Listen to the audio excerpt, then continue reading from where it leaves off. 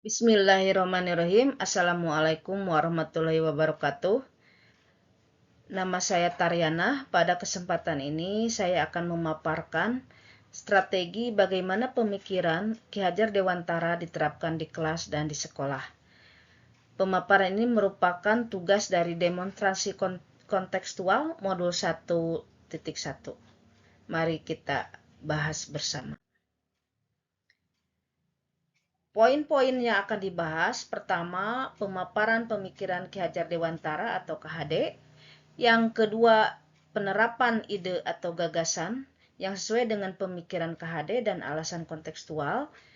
Yang ketiga, demonstrasi hasil penerapan dari ide atau gagasan yang sesuai dengan pemikiran KHD. Dan tantangan serta solusi yang sesuai dengan konteks kelas dan sekolah. Mari kita bahas satu persatu.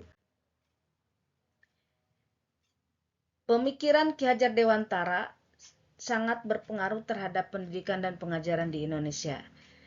Ada 5 poin penting dari pemikiran Ki Hajar Dewantara. Yang pertama adalah pendidikan yang berpihak pada murid. Tujuan pendidikan adalah murid, dan murid.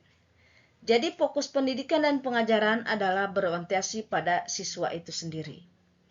Yang kedua, semboyan pendidikan dari Ki Hajar Dewantara yang terkenal itu yaitu ing ngarso sung tulodo, ing madyo mangunkarso, tutwuri handayani. Guru berperan sebagai contoh tauladan, pendorong dan pembimbing juga fasilitator bagi murid untuk belajar. Yang ketiga, setiap murid itu unik, tidak ada yang sama. Jadi kita harus mengajar sesuai dengan kodrat murid itu sendiri.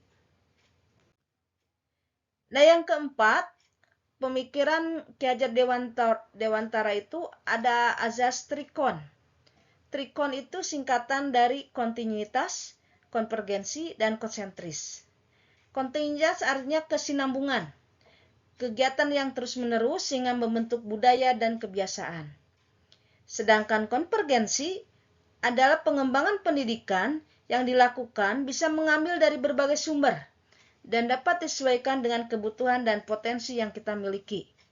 Serta tentunya tuntutan zaman yang sedang berkembang, seperti sekarang kita di abad digital perlu keterampilan abad 21. Yang ketiga adalah konsentris.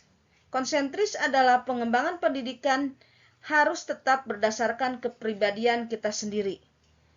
Karena tujuan utama pendidikan adalah menuntun tumbuh kembang anak secara maksimal sesuai dengan karakter kebudayaannya sendiri. Dan yang terakhir, bahwa pendidikan dan pengajaran itu harus holistik. Jadi terpadu, berkembang secara utuh antara olah rasio, olah rasa, olahraga, dan olah jiwa. Melalui proses pembelajaran yang berpusat pada murid dan dilaksanakan dalam situasi yang mengembangkan bakat dan minat murid. Nah, itulah inti dari pemikiran Ki Hajar Dewantara tentang pendidikan dan pengajaran. Nah, bagaimana penerapan ide atau gagasan tersebut yang sesuai dengan pemikiran KHD? Yang sekolah saya terapkan dan menjadi budaya, pertama itu ada nilai religius.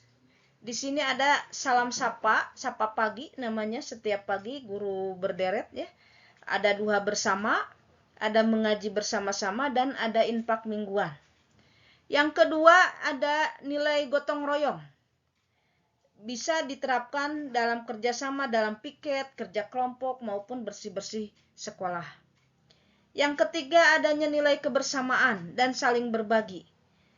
Jadi ada acara makan bersama di sekolah, biasanya kalau ada event atau kegiatan hari besar atau hari nasional.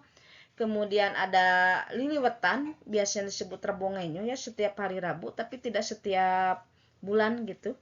Kemudian ada sumbangan atau dana sosial untuk orang yang sakit. Yang keempat adalah nilai seni yang menghormati budaya leluhur. Di sekolah kami berkembang seni jaipong, kuda renggong, kecapi suling, dan pencaksilat. Nah, ini demonstrasinya, hasil penerapan dari ide yang sesuai dengan pemikiran KHD.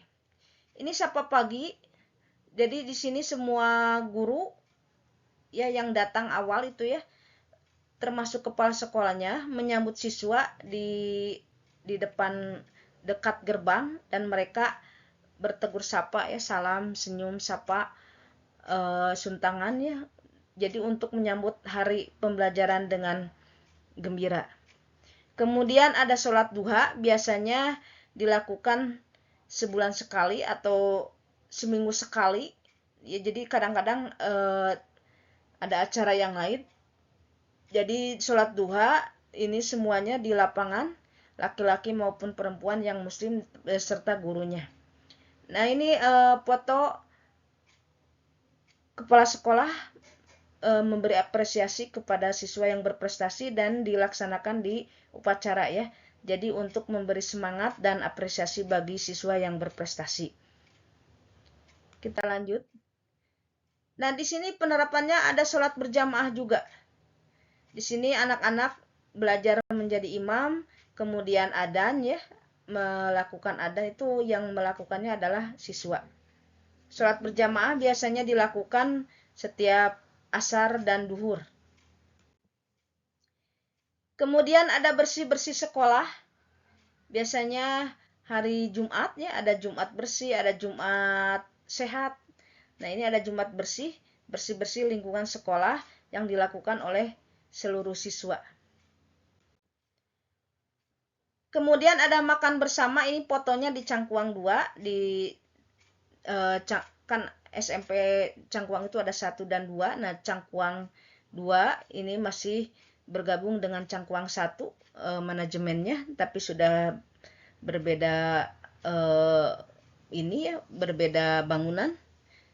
Nah, sama ini melakukan makan bersama. Di Cangkuang 1 juga sama, tapi saya hilang fotonya ya, ada, nanti kita cari lagi.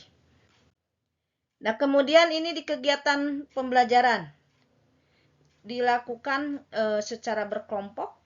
Nah, ini contoh dari kegiatan project based learning. Guru memonitor apa yang dilakukan siswa dan memberi bimbingan ketika mereka keluar dari alur. Kemudian di sini ada presentasi ya, presentasi hasil penelusuran. Nah, kalau foto yang ini adanya sistem demokrasi pemilihan OSIS. Jadi semua siswa dilibatkan dalam pemilihan OSIS dan disaksikan oleh guru. Nah, ini pengembangan diri siswa di Cangkuang banyak. Ini hanya beberapa saja yang saya tampilkan. Pertama, ini ekskul pramuka. Kemudian paskibra, kemudian literasi. Di sini siswa membuat review buku. Kemudian kita mengembangkan seni jaipong dan pencaksilat. Selain itu ada seni karawitan, kecapi suling ya. Kemudian di sekitar masyarakat berkembang kuda renggong. Biasanya kalau hajatan, siswa juga sering menjadi ikut aktif dalam kegiatan kuda renggong tersebut. Yang berhubungan dengan olahraga, di sini ada taekwondo, karate, dan voli. Jadi selain olah rasio, juga ada olah raga ya, olah jiwa. Nah, ini nilai-nilai luhur dari ekskul yang memfokuskan pada fisik dan juga pada rohaninya ya. Selain itu ada ekskul CEC, Cangkuang English Club, kemudian PMR ya, dan bisa disebutkan itu kalau tidak salah ada 13 ekskul. Nah, bagaimana tantangan dan solusi dari penerapan pemikiran KHD ini? Kita bahas. Pertama, ini tantangannya. Jadi sebagian siswa tidak bertanggung jawab atas tugas amanah yang diberikan. Misalnya dalam pelaksanaan piket atau kerja kelompok, seringkali didominasi oleh siswa tertentu dalam melaksanakannya. Kemudian sebagian siswa tidak disiplin akan aturan waktu sekolah. Seringkali mabal atau dari rumah berangkat tidak sampai ke sekolah. Kasus yang ditemukan biasanya mereka berkerumun di tempat tertentu, balapan liar, merokok atau melakukan hal negatif lainnya. Selanjutnya, nilai kebersamaan sering kali diterapkan dalam hal yang salah. Misalnya membuat geng yang membuli siswa lain. Jadi ngajak mabal bareng-bareng atau nonton video porno atau mabuk-mabukan. Selanjutnya, nilai religius seringkali kurang nampak, baik dalam hal ritual ibadah maupun sehari-hari. Jadi, siswa terkesan tidak sopan dan kurang beretika. Ditemukan kasus juga setelah dipanggil, ternyata siswa ada yang tidak bisa baca Al-Quran, terus tidak pernah sholat ya, dan tidak ada teguran dari orang tua terhadap perilaku yang kurang baik tersebut. Nah, solusi yang ditawarkan dari masalah yang ada, langkah pertama kita harus tahu dulu akar masalah dari perilaku negatif yang dilakukan siswa. Setelah itu barulah ditentukan solusi yang paling tepat untuk masalah tersebut. Jadi solusi bisa berbeda untuk masalah yang berbeda pula. Untuk siswa yang berkerumun, biasanya karena tidak betah di sekolah atau tidak nyaman di sekolah, atau kurang pengakuan atas eksistensi dirinya. Untuk ini perlu kerjasama semua pihak, baik sekolah, orang tua, maupun masyarakat. Nah, pihak orang tua di sini, anak perlu perhatian dan kasih sayang yang lebih.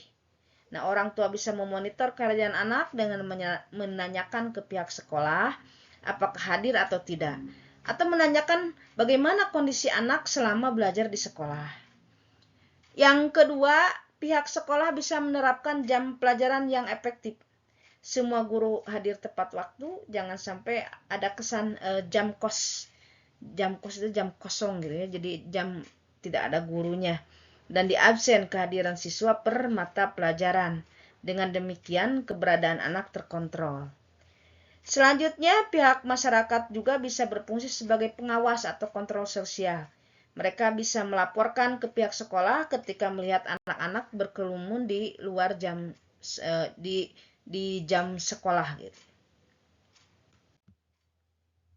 Solusi selanjutnya, perlu adanya sosialisasi program parenting ya antara sekolah dan orang tua yang membahas bagaimana orang tua dan pihak sekolah berkolaborasi dalam menangani kenakalan anak dan memfasilitasi mereka supaya berkembang sesuai kodratnya. Yang kelima, kita harus menyadari bahwa pendidikan yang terdekat dan paling banyak siswa berinteraksi adalah di keluarga. Seringkali masalah anak ditimbulkan dari keretakan di keluarga. Ada broken home, perceraian, kurang perhatian, dan lain-lain. Jadi keluargalah pendidikan pertama yang harus menjadi dasar untuk membersamai langkah anak menuju masa depannya. Jadi harus dibetulkan dulu dari keluarga. Jadi keluarga adalah pendidikan yang pertama dan paling utama. Nah, mungkin itu saja yang bisa saya sampaikan. Tadi terlewat bahwa kenapa nilai-nilai religius, nilai religius, nilai gotong royong, nilai kebersamaan, dan nilai seni, menghormati seni yang sekolah kami terapkan, karena nilai-nilai tersebut sesuai dengan apa yang ada di sekolah kami dan bisa dikembangkan sesuai konteks yang ada di sekolah. Jadi sapa pagi itu menunjukkan kesopan santunan, kemudian ada religiusnya juga, ada sholat duha. Nah, itu semua kegiatan yang berdasarkan 4 nilai tersebut sudah dilakukan dan akan terus dilakukan di sekolah kami. Mungkin itu saja, mohon maaf atas segala kekurangan. Terima kasih atas perhatiannya. Wassalamualaikum warahmatullahi wabarakatuh.